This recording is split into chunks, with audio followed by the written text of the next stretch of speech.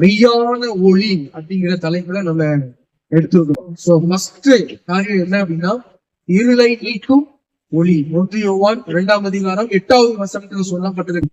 So இருள் அப்படின்னாலே பாவத்தை குறிக்கிறது. நம்ம வாழ்க்கையில இருக்கிற எல்லா பாவத்தையும், சாபத்தையும், வியாதியையும், எல்லா இருளை நீக்கக்கூடிய ஒரு ஒளியாக யார் பிறந்தார் சொல்லுங்க? இயேசு பிறந்தார். நான் விசுவாசிக்கிற இந்த வருஷம் ஆண்டவர் நீங்க நடக்கும் போது பிள்ளைகளுக்குள்ள ஒரு ஒளியாக பிள்ளைகளுடைய இதயத்துக்குள்ள ஆண்டவர் என்ன செய்வார்? நிறைய குடும்பங்கள்ல வெளிச்சத்துக்குள்ள வர போறாங்க. நிறைய பிள்ளைங்க வெளிச்சத்துக்குள்ள வர போறாங்க. நான் விசுவாசிக்கிறேன். இருளை நீக்கிற ஒளி. இருள்னாலே பயம். நிறைய பிள்ளைங்களுக்கு பயம் இருக்கு இல்லையா? சோ எல்லா பயத்தை நீக்கக்கூடியவராக இயேசு இருக்கிறார் அப்படிங்கிறத நீங்க பிள்ளைக்கு நீங்க சொல்லலாம்.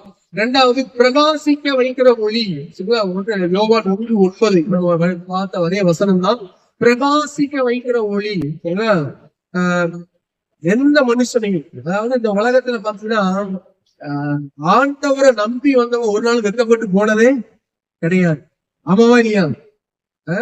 ஒண்ணுமே தெரியாதவங்களை கூட ஆண்டவர் என்ன செய்வார்? பயன்படுத்துவார் இல்லையா? அப்படித்தானே? பாருங்க, மீன் பிடிக்கிற ஒரு பேர்ல வச்சுதான் ஆண்டவர் என்ன பண்ணாரு? ஒரு சீசனா உருவாக்கி பயன்படுத்துறாரு.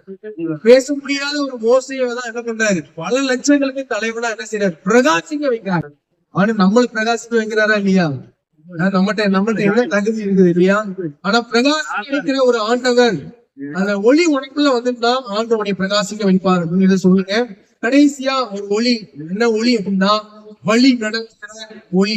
யோவான் 8ஆம் அதிகாரம் 12வது வசனத்துல சொல்லப்பட்டிருக்கிறது. சரிங்களா? வழி நடத்துகிற ஒளி.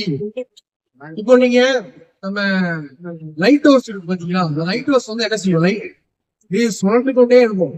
தூரத்துல வர்ற ஒரு கப்பலுக்கு இங்க ஒரு துறைமுகம் இருக்குதுன்னு சொல்லி வழி காட்டுறதே இதுதான். லைட் ஹவுஸா அதனுடைய லைட்டா? லைட் இல்லையா? லைட் ஹவுஸ் இருந்தாலும் அது தெரியாது. ஆனா அந்த லைட் என்ன செய்யுது?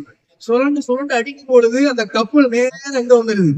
துறைமுகத்துக்கு வந்துருது இல்லையா? அதே போல இந்த வெளிச்சமா இருக்கிற ஆண்டவர் இயேசு கிறிஸ்து உன்னைய சரியா உன்னைய கைட் பண்ணி உன்னை பரலோக ராஜ்யத்திற்கு எல்லாம் உனக்கு தேவையான சந்தோஷம், சமாதான வாழ்வுக்கு நேரம் உன்னை அழைத்து கொண்டு போவார். உன்னை வழி நடத்துகிறவரா இருக்கிறார் அப்படின்னு சொல்லி பிள்ளைங்களுக்கு இந்த 3 காரியத்தை நீங்க பிள்ளைங்களுக்கு சொல்லலாம். அதற்குரிய பிக்சர்ஸ் இதுல இருக்கும். நீங்க பிள்ளைங்களுக்கு அழகா நீங்க டீச் பண்ணலாம்.